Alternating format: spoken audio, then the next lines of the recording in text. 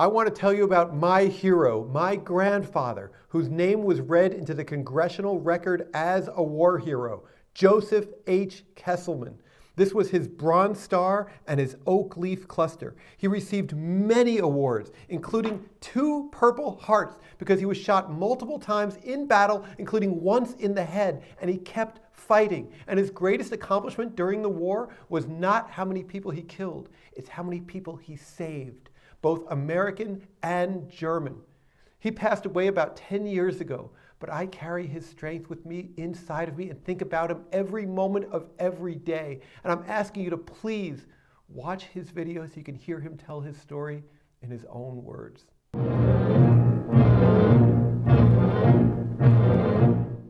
My name is Joseph H. Kesselman, age 90.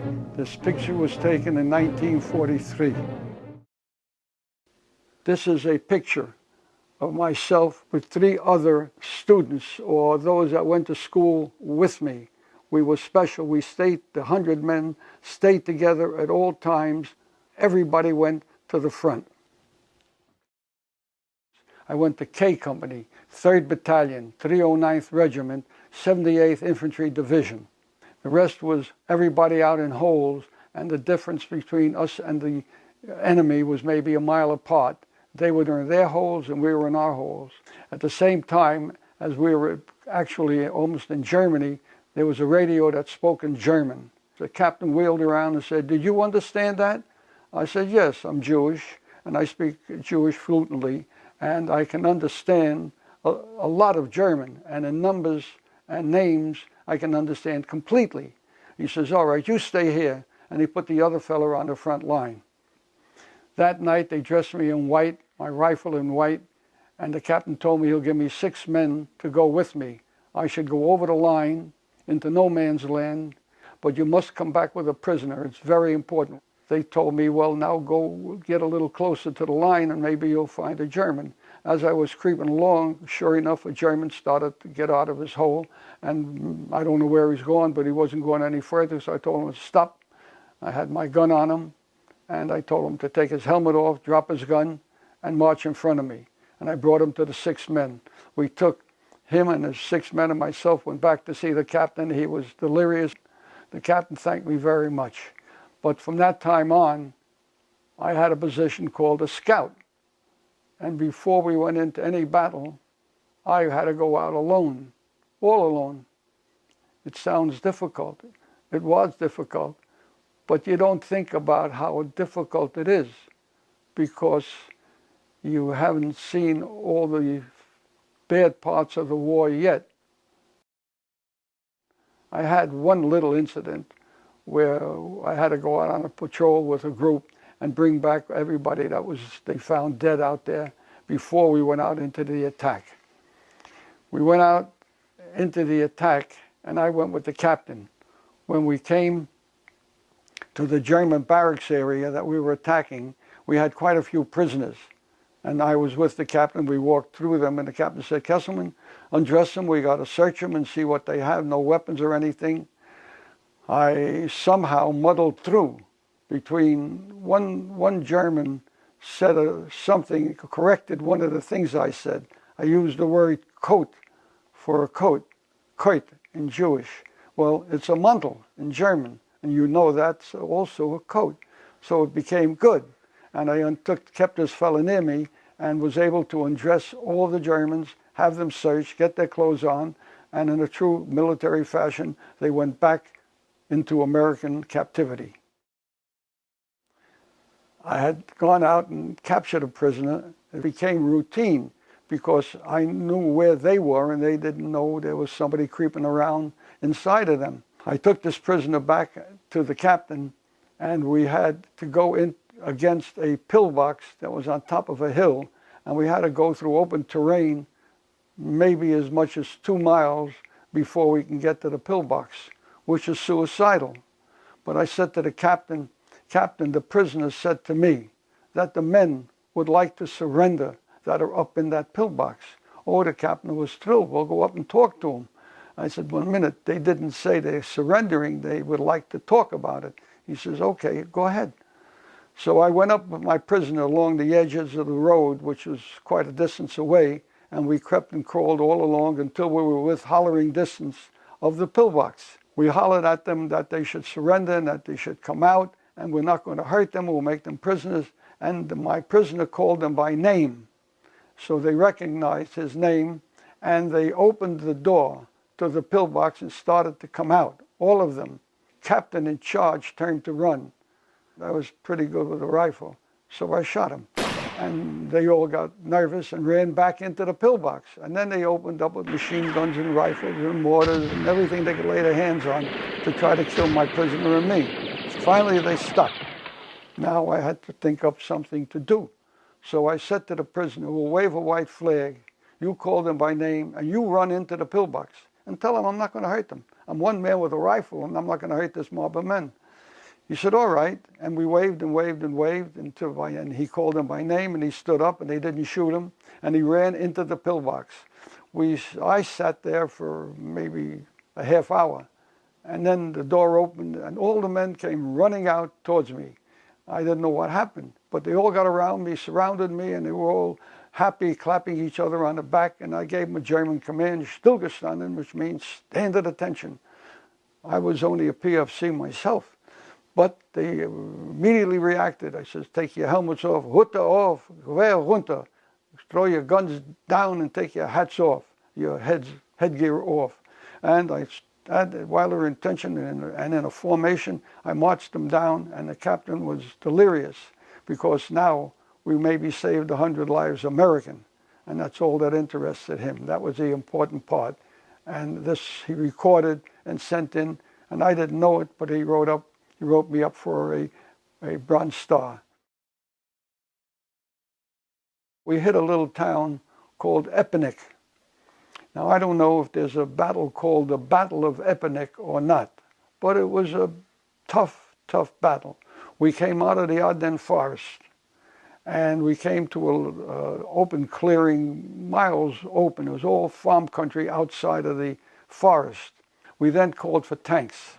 And they sent us 5 tanks, and the tanks went up. And before they got a quarter way up, they knocked out 3, and the other 2 came back. And I went out further to see if I could find a way to get around this trench that was trench warfare. They were all dug in. Got into a German foxhole. One fella picked up his head. His name was Bernard Shea. And I had just split a bottle of booze or something with him the night before that he got in the mail, a little bottle, wrapped in a loaf of bread. He picked up his head and said, Kesselman, and that was the last word he ever said. He got a bullet right through the head from a sniper. We spoke to the colonel at regimental headquarters, and I was on the radio, and we explained what we did with the tanks and the marching and everything that was going on was making it impossible. And he says, you tell the captain, give me the town or give me the casualties. You got 10 minutes to move. I gave it to the captain. I says, you better speak to the colonel. He did, and he made a march and fire advance. And we ran down.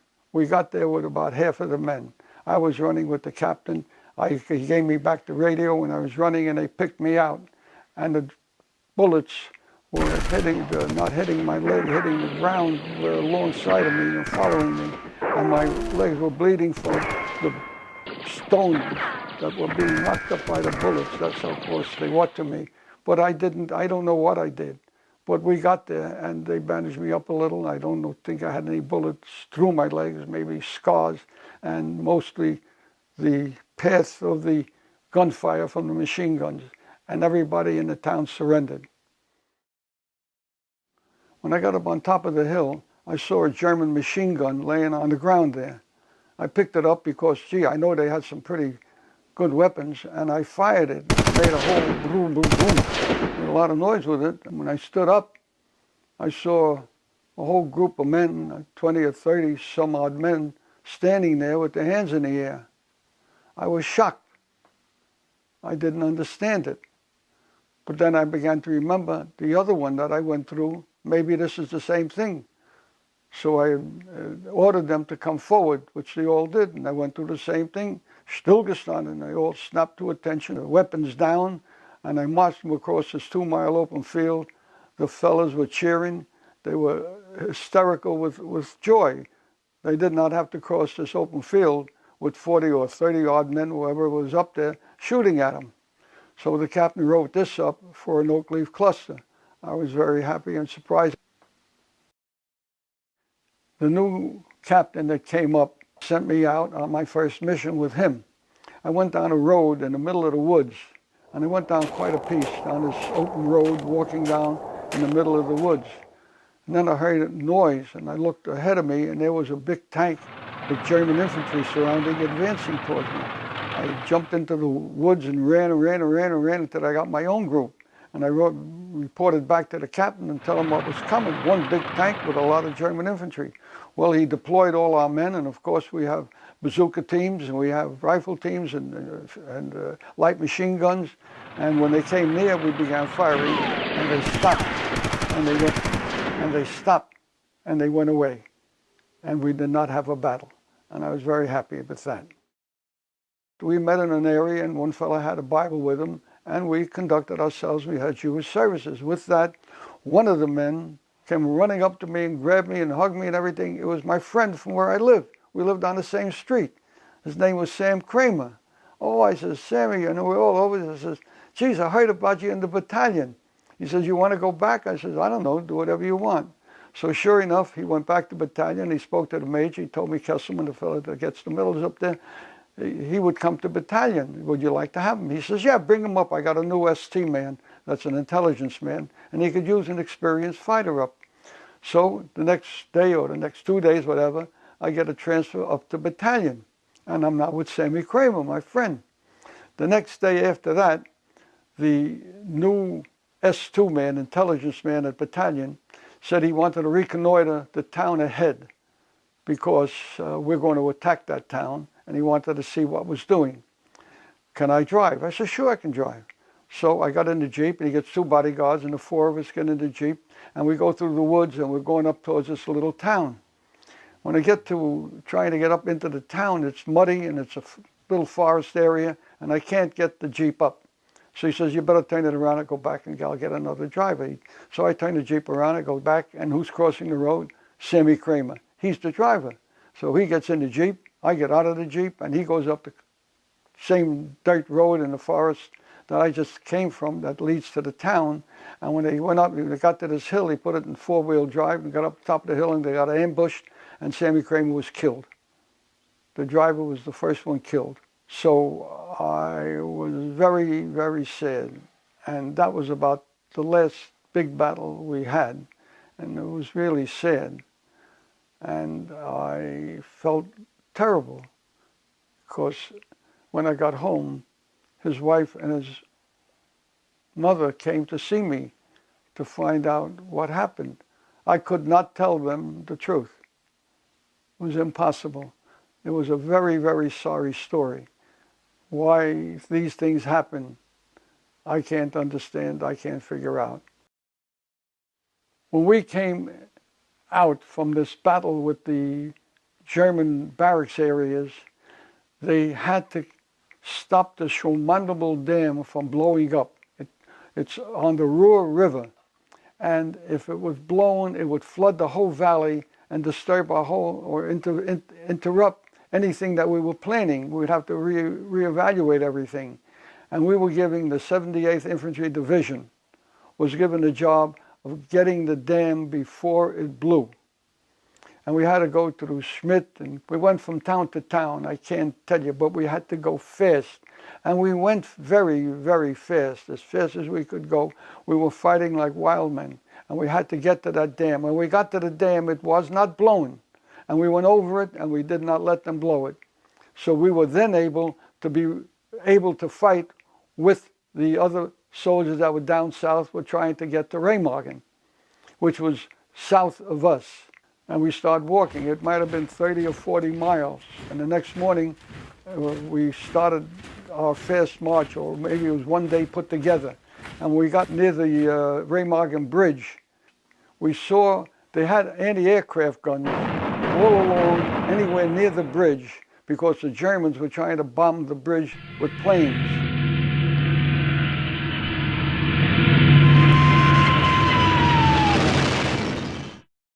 and they had many, maybe 40 or 50 anti-aircraft positions alongside both sides of the north and south, not the east and west of the bridge. And as I say, we had been fighting the 2 days before that, marching for a day and a half, and these anti-aircraft fellows were having their breakfast or eating. I went over to the captain of one of the outfits and I said, told him my story. You know, we've been walking around here for 2 days. We haven't eaten, and your men were all lined up. Can we eat? Took all the men off the line, took everybody back off his line, and lined up all our men, and he fed all the men that were near me or around us, maybe 100 men or more, and he fed us all. And the other guys just took their mess kits out and fed us, and doughboys, you're going, goodbye. And they had a lot of wine too, so they gave us wine because we were in wine country. Remagen's right in the middle of wine country. So we had a lot of wine, now we had a lot of food, and now we were going over. We got to the bridge.